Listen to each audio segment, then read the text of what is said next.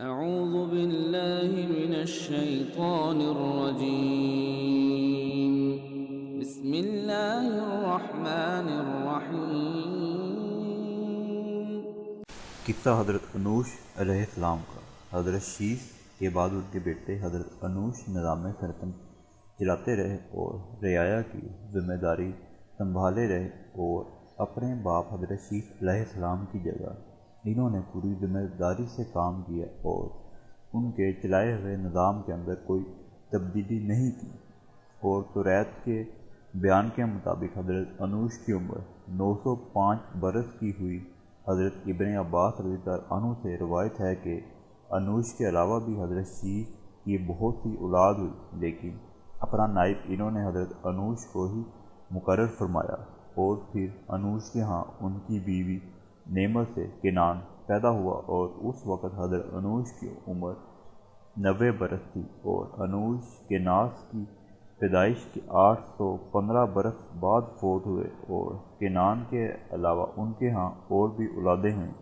پھر کنان بن انوش کا نکاح دینا بنت براکیر بن مہویر بن خنو بن کین بن آدم علیہ السلام سے ہوا، تو ان کے ہاں ملائیر بن کنان پیدا ہوئیں، اور کنان ملائیر کی پیدائش کے 860 برس تک زندہ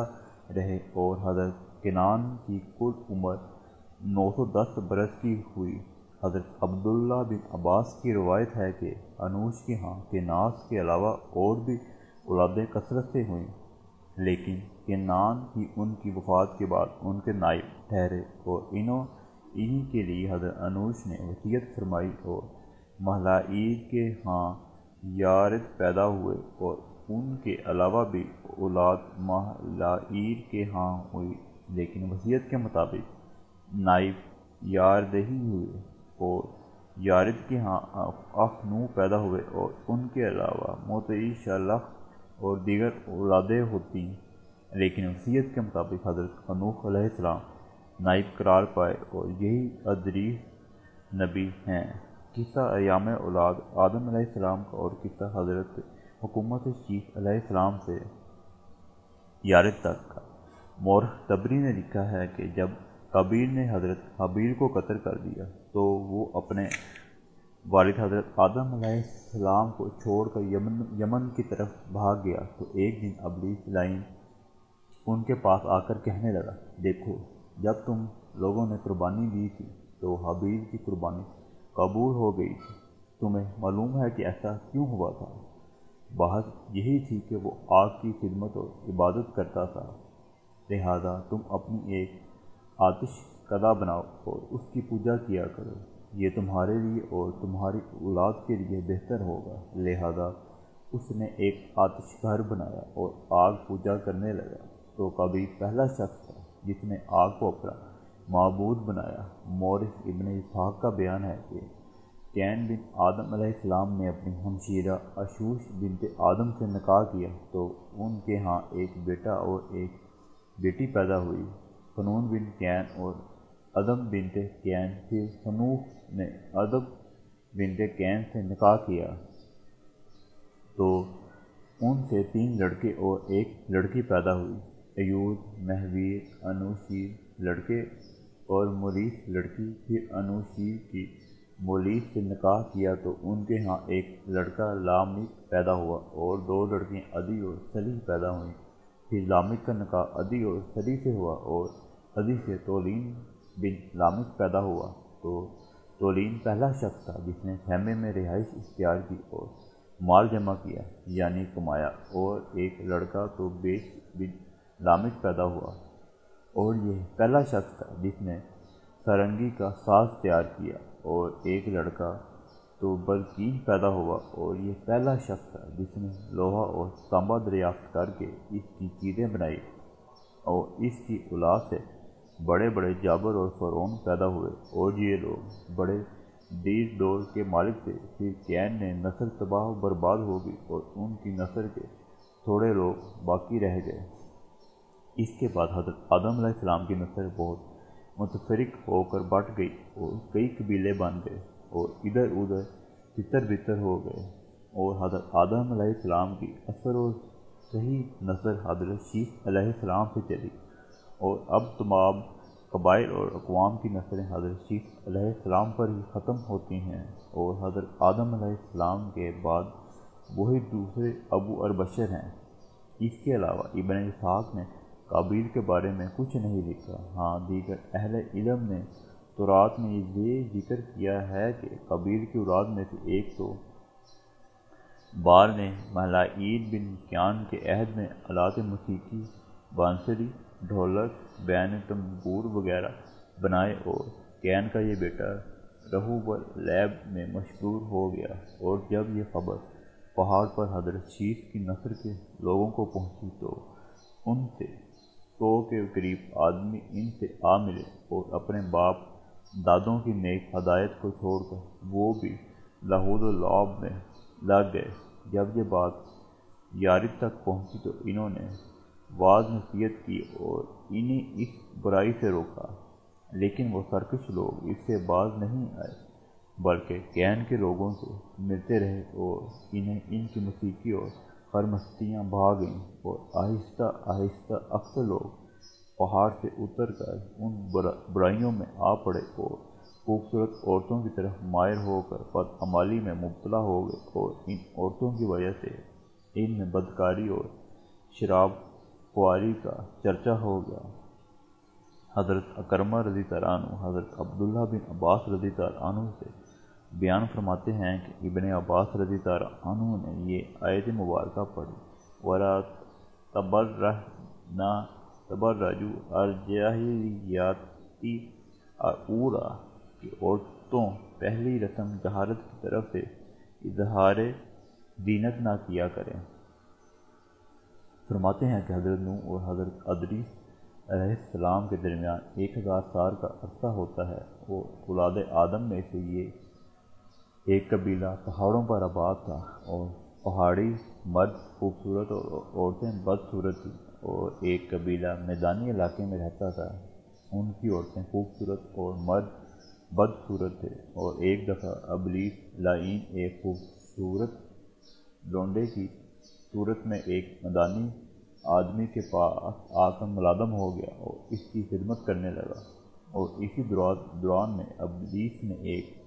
بنسری نما آلہ تیار کیا اور اسے بجانے لگا، جس کی آواز سن کر لوگ اس کے ارد گرد اکٹھے ہو کر وہ بانسری سننے لگے، اور ایسی مست کن آواز لوگوں نے پہلے نہیں سنی تھی، لہذا وہ سرمست ہو کر اسے باقاعدہ سننے لگے، اور انہوں نے بانسری کی آواز سننے کے لیے باقاعدہ ایک مجلس قائم کر لی، اور سرمست ہو کر باقاعدہ بانسری سنتے، اور اس مجلس میں عورتیں بھی شامل ہونے لگیں، اور پھر یہ لوگ سرمستی سے بدمستی تک پہنچ گئے، اور عورتیں دیب و زین سے ان محفلوں میں آنے لگیں، اور مردوں عورتوں کا جمگٹا ان محفلوں میں ہونے لگا، اور مرد خوبصورت عورتوں کی جانب مائل ہونے لگے، اور بدکاری کا دور چل پڑا۔ جب دوسرے مردوں کو معلوم ہوا تو وہ بھی جوک در جوک ان محفلوں میں شامل ہونے لگے، لہذا بدکاری عام ہوگی، اور آیت کریمہ میں اسی طرف اشارہ ہے کہ زمانہ جاہلیت جیسا اظہار زینت عورتیں مت کریں۔ اور جب حضرت آدم علیہ السلام فوت ہوئے ہیں تو ان کی اولاد کی تعداد 40,000 تک پہنچ چکی تھی، اور جب حضرت آدم علیہ السلام نے بنو قابیل میں زناکاری اور شراب کاری اور فتق و فجور کا دورہ دیکھا تو آپ نے بنو شیث کو بنو قابیل سے نکاح اور رشتہ داری سے منع فرما دیا، اور بنی شیث پہاڑوں کی غاروں میں رہنے لگے، اور انہوں نے اپنی حفاظت کے لیے نگراں اور چوکی دار مقرر کر لیے کہ بنو قابیل کا کوئی شخص ان کے قریب نہ آنے پائے۔ ہاں، جو لوگ بنو قابیل میں سے گناہوں سے توبہ کر کے حضرت شیث علیہ السلام کے پاس آ جاتے اور حضرت شیث ان کے لیے استغفار کرتے تو انہیں بنو شیث اپنی برادری میں شامل کر لیتے، لیکن چونکہ برائی کا ہمیشہ دور رہتا ہے، اس لیے پھر بنو شیث کے خوبصورت میدانی عورتوں کی خواہش میں بنو قابیل کی طرف آنے لگے، اور دیکھا دیکھی بنو شیث کے اکثر مرد لوگ بنو قابیل کی طرف آ گئے اور اس طرح پھر لوگ مسیح کو فجوس میں مبتلا ہو گئے اور ہر طرف برائی کا دور دورہ ہو گیا، اور یہی لوگ تھے جو اپنی بدکاریوں اور بد پرستی کی وجہ سے حضرت نوح علیہ السلام کے عہد میں طوفان کے عذاب میں تباہ ہوئے اور سیلاب کی نظر ہو کر غرق ہوئے۔ اور اہل ایران مہلائل بن کینان کو ہوشنگ کے نام سے پکارتے ہیں، جو کہتے ہیں کہ حفظ ارض کریم کا بادشاہ ہوا ہے۔ اور مہلائیل پہلا شخص ہے جس نے درخت کاٹ کر اس سے مکان بنائے اور زمین سے اسی نے دھاتیں نکالیں، اور لوگوں کو بھی یہ کام سمجھایا اور لوگوں کو مسجدیں بنانے کا حکم دیا۔ اور اس نے 2 شہر بھی بسائے، ایک بابر شہر جو کہ کوفہ کے آس پاس ہے، اور ایک شہر طوس اس نے آباد کیا، اور اس کی حکومت 40 برس تک رہی۔ اور مورخین نے بھی لکھا ہے کہ اس نے لوہے کا استعمال شروع کیا اور اس سے اوزار اور برتن بنائے اور پانی کے تالاب بنائے اور ان کے پانی کے اندازے مقرر کیے، اور لوگوں کو کھیتی باڑی، ہل جوتنے، فصلیں بونے اور کھیتوں پر کام کرنے اور کاٹنے کے طریقے بتائے، اور فصلیں اجاڑنے والے انسان کو نقصان پہنچانے والے درندوں کو ہلاک کرنے کا حکم دیا، اور جانوروں کی کھالوں سے بستر تیار کرنے کا طریقہ سمجھایا، اور بھیڑ، بکری، اونٹ، گائے اور جنگلی حلال جانوروں کو ذبح کرنے کا دستور سکھایا، اور ان کا گوشت کھانے کے طریقے انہیں بتلائے، اور ان کی حکومت بھی 40 برس تک قائم رہی۔ اور انہوں نے مری شہر آباد کیا، کہتے ہیں جو مرد کے شہر نہاوند کے بعد یہی شہر آباد ہوا ہے۔ کہتے ہیں کہ کروانش ہوشنگ پیدائشی بادشاہ تھا اور بہت عالم فاضل اور قابل تعریف انسان تھا، اور اپنی حکومت اور رعایا کا بہت خیال رکھتا تھا، اور اسے فیشاد بھی کہتے ہیں، جس کے معنی فارسی میں پہلا مصنف بادشاہ کے ہیں۔ فاش بامعنی اول اور داد بامعنی انصاف۔ کہتے ہیں کہ یہ ہندوستان آیا اور شہر ہوتا ہوا ایک جگہ آ کر رک گیا اور وہاں پر مقام کیا، اور ملک کو مضبوط اور قابو میں کیا، اور سر پر تاج رکھا اور لوگوں سے خطاب فرمایا اور کہا، یہ حکومت مجھے اپنے دادا زیومرت سے ملی ہے، اور وہ سرکشوں اور شیطانوں کے لیے عذاب تھا۔ اور کہتے ہیں کہ اس نے ابلیس اور اس کے گروہ کو اپنے قابو میں کیا اور انہیں عام انسانوں میں آنے اور انہیں ملنے جلنے سے روکا، اور ان کے لیے ایک نیا دستور لکھ کر دیا، اور اس سفید دستور میں ان پر پابندی لگائی کہ وہ کسی انسان کو مت ستائیں اور کسی کے نقصان کے در پہ نہ ہوں، اور انہیں اس بات کی سخت تنبیہ کی کہ اس دستور پر عمل کریں اور سرکش اور نافرمانوں کا کلا کما کریں،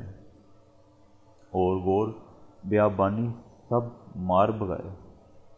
اور سب ان سے خوفزدہ ہو جنگلوں، پہاڑوں اور دریاؤں کی طرف بھاگ گئے، اور تمام اقالیم کا بادشاہ ہوا۔ اور زیومرت کی موت اور ہوشنگ کی ولادت تک 223 برس کا زمانہ ہوتا ہے۔ اور کہتے ہیں کہ ہوشنگ کی وفات ہوئی تو ابلیس اور اس کے چیلوں چانٹوں نے بہت خوشی منائی، اور ہوشنگ کی موت کے ساتھ ہی وہ انسانی بستیوں میں دوبارہ آ گئے۔